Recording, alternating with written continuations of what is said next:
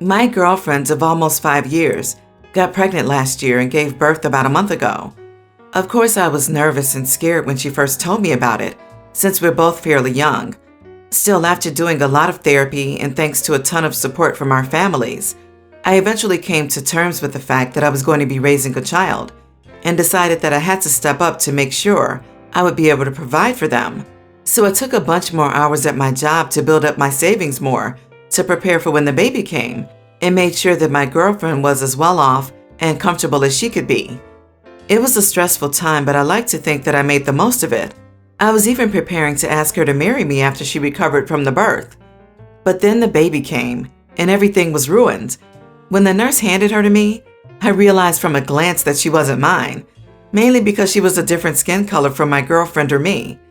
I didn't say anything at the time, so that I wouldn't make a scene at the hospital, and because I wanted to make sure without a doubt. After she and the baby were discharged from the hospital, I ordered a DNA test to find out if it was mine, and the results confirmed what I pretty much knew already, and I confronted my girlfriend about it.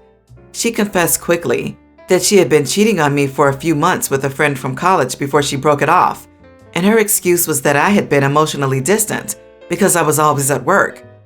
That really made me mad, and I yelled at her and told her that she was an ungrateful witch and that I had been spending that time working for her and the baby's sake.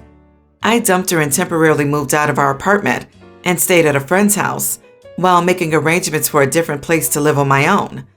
My ex is still calling me and leaves me voice messages while crying, saying that she understands why I hate her, but asking me to think of our child and what my leaving will do to her. I am still in a haze of rage, betrayal, anguish, and I have no interest in ever going back to that relationship. Right now, I'm dead set on leaving my ex, but am more unsure about the child who I feel bad for. I know that I have no obligation to her, considering that she isn't mine.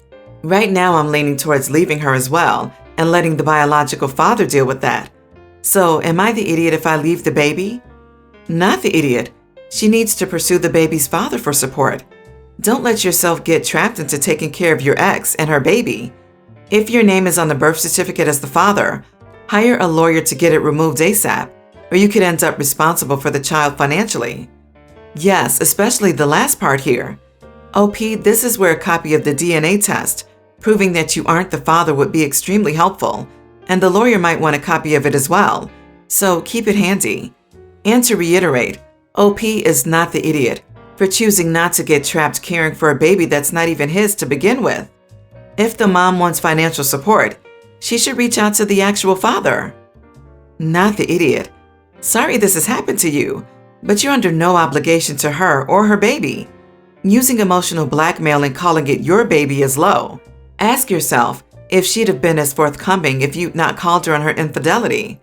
The baby is only 1 month old, so now is the time to decide.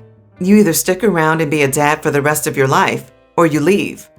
Not the idiot. You don't owe her anything. It's not your child. If the child was older, knew who you were, and had bonded with you, the answer would be different. But the child is a newborn. If the mother wants support, she needs to find biodad.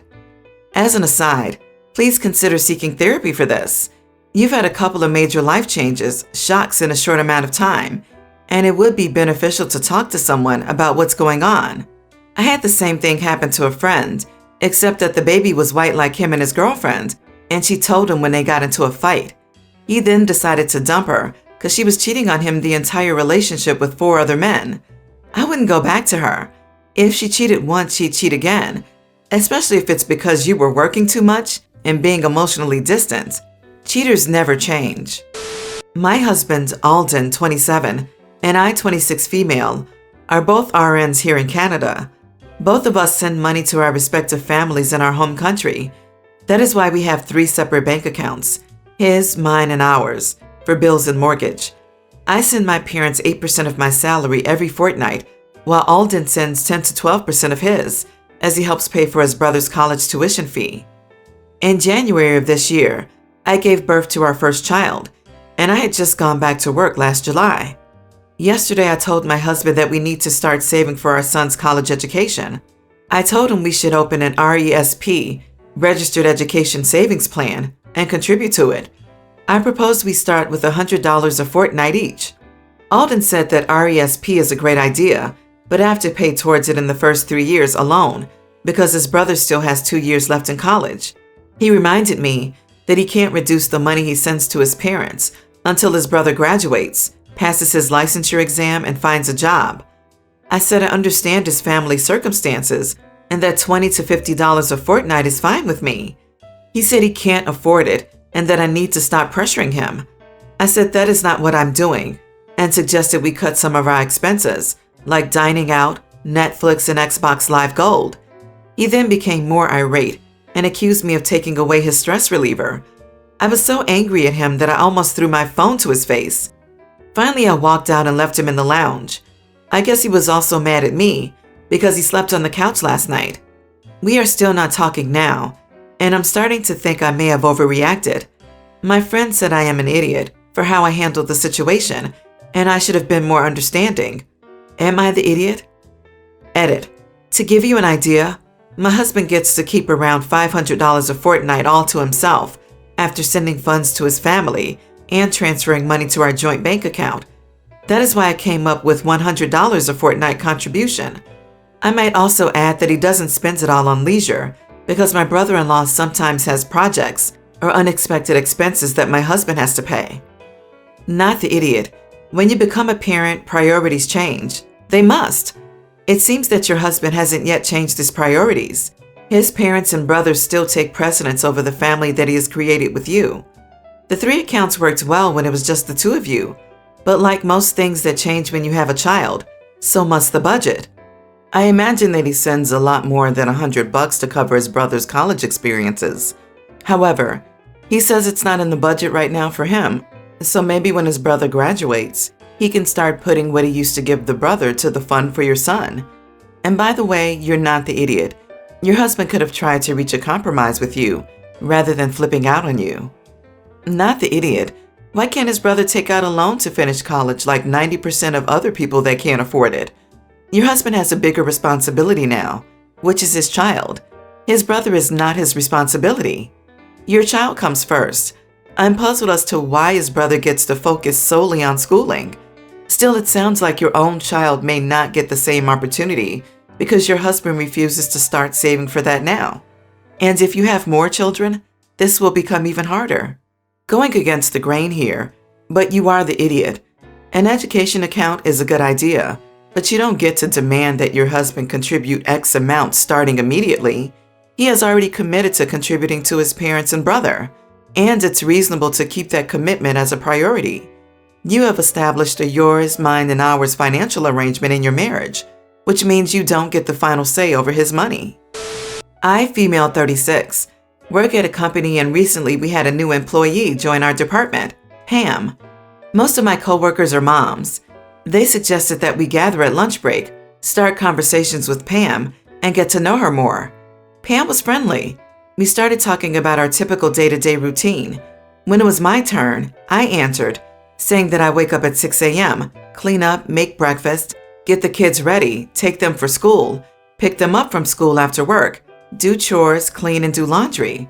Pam interrupted me saying, "Wow, so your husband is one of those useless overgrown man-children that women try to parent along with their children?"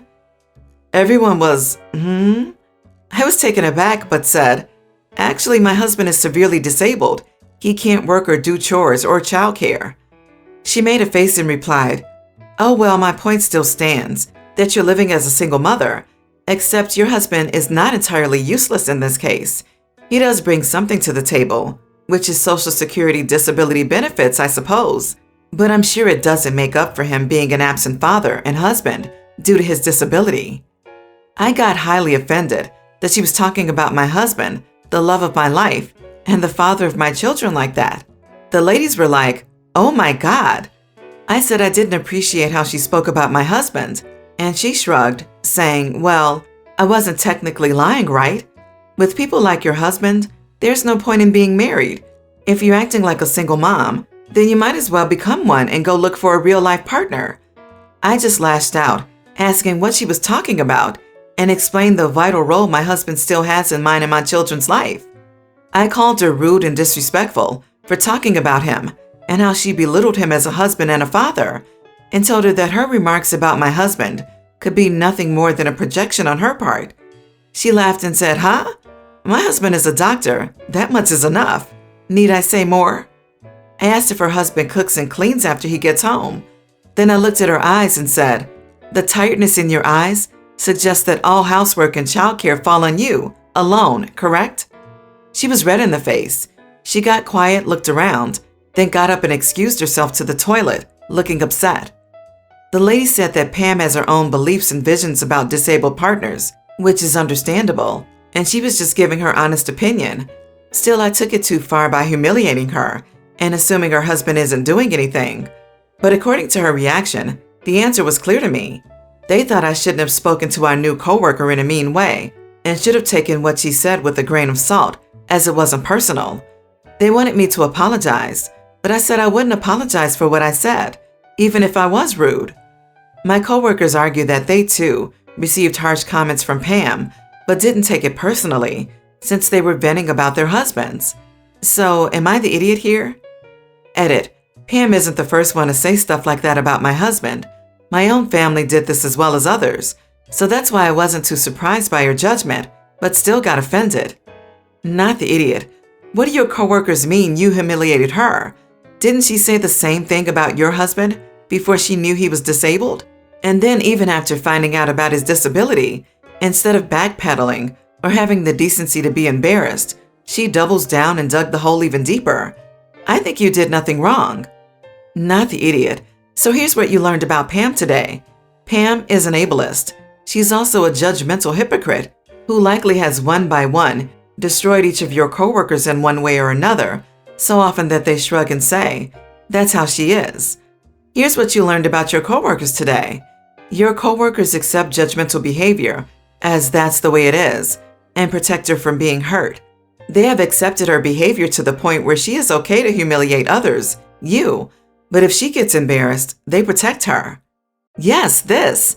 Idiot bullies get, it's just their honest opinion, while the victims of their bullying go too far when they defend themselves. Bullying sure doesn't end after school. Enabling coworkers ensure it keeps going long after. Everyone's the idiot here. At first I was going to go with not the idiot blindly, but I'm glad I read on. It doesn't sound like Pam asked for the conversation or your opinion. As for what she said, Pam has issues of her own, so please don't stoop to her level. I'd have just cut the conversation short with her. So I am a Make-A-Wish recipient, and lately I've been feeling terrible about what I wished for through this organization. If you don't know, Make-A-Wish is an organization that donates wishes to those with a chronic or terminal illness. When I was younger, this organization always asked me to make a wish for anything, whether it be trips or something I would like for myself personally. However, throughout the years I've refused them because I didn't think I needed anything.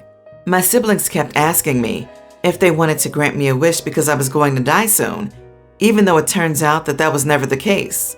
So I turned 18, and since that time I have undergone 3 surgeries since graduating high school. I have also had to take medical leave from university since the surgery didn't go well. During that time, Make-A-Wish has asked me if I wanted to wish for something and that this would be my last chance to do so, and I told them I would consider it and let them know when I was ready. When I was ready to make a wish, I kept being pressured to wish for a family trip, even though I am not interested in traveling anywhere. Because of global issue, the traveling trips were canceled. I felt there was an opening to ask if I could get tuition money for school, but was told they don't really do those kinds of wishes.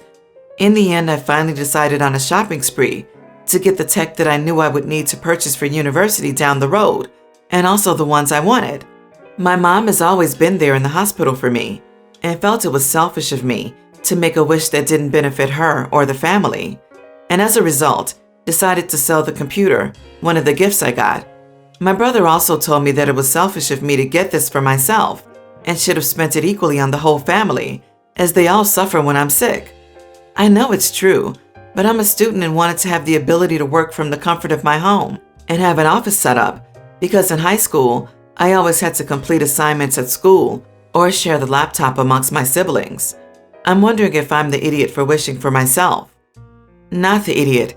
You shouldn't feel guilty for doing something that benefits you greatly. You didn't intentionally hurt anyone, and your opportunity to make a wish has wrongfully become overshadowed by your family taking it personally, as though it's their wish to make as well. It's not you but your family who is selfish. On a lighter note, congratulations on graduating high school and making it to university. You deserve the ability to celebrate yourself, always. Think of it this way. Aren't they being selfish for trying to benefit from your illness? Isn't your brother a bit of an idiot for claiming the whole family suffers? After all you have been through, they were trying to guilt you into asking for a wish they want. And when you didn't comply, they tried to guilt you even more. Honey, you did nothing wrong, and don't let them make you believe you did. If they want a trip, they can pay for one themselves. The foundation is you benefit you. There is nothing else to it. She has my computer locked in her car and preparing to sell it. I do think it seems selfish of them too. Many of the benefits, such as Disneyland trips or camps, also included my siblings when I was sick. Thank you so much for this because I have felt guilty to even try and speak up against it. I, 54 male, have 3 kids that are 21 male, 24 female, and 27 female. My ex and I separated when the kids were kids. I am married and my son and daughter are living at home. My oldest daughter is in the Army, and we do have a room for her when she comes home. All 3 kids were given the same amount of money to use for college or anything they wanted. My son graduated from college, and as his graduation gift, we gave him money to help buy the car he wanted. Both my daughters have cars. My son does have a full-time job and pays his phone bill and insurance. My son and his girlfriend went to see a movie late at night and hit a deer hard. There were a few dents and one of the lights was broken. The good thing was no injuries. My son drives it home and shows me the damage. I know someone that can fix the damage and gave him their information. He looks confused and asked me if I was going to get a new car for him.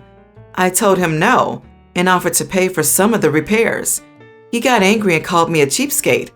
I explained to him that the damage was fixable and no reason to buy a new car. He explained to my ex about what happened and wants to stay with her for a few weeks. Am I the idiot for not buying my son a new car? Not the idiot. Wish your son well at your ex's house and tell him he's an adult and it's time to be responsible. Besides, he should have had full coverage. Make this a teachable moment and tell him his mommy can pay for a new car this time since you helped with the current car. I was reading this thinking, isn't that what insurance is for? But I guess if he just expected his daddy to buy him a brand new car when he wrecked his own, then he probably only had liability insurance, if he had any at all. Time to be a big boy and make sure your expensive possessions are covered in case of accidents. Not the idiot, but if he doesn't understand the point of car insurance, maybe you should make sure he knows that renter/homeowner's insurance is also a thing, and that if his house burns down, you're not going to replace everything for him. He needs to grow up. Not the idiot. He sounds entitled, and he probably wants a newer car than he had. He was already given money for school and a car, and he works. I don't even see why you need to pay to have it fixed. If he did not get enough coverage on it, that is his responsibility. But you are even helping him and are willing to pay to fix it. What is he going to expect you to pay for him next? All his bills? And to always buy him a new car and new stuff? You should not feel guilty for thinking you are letting him down.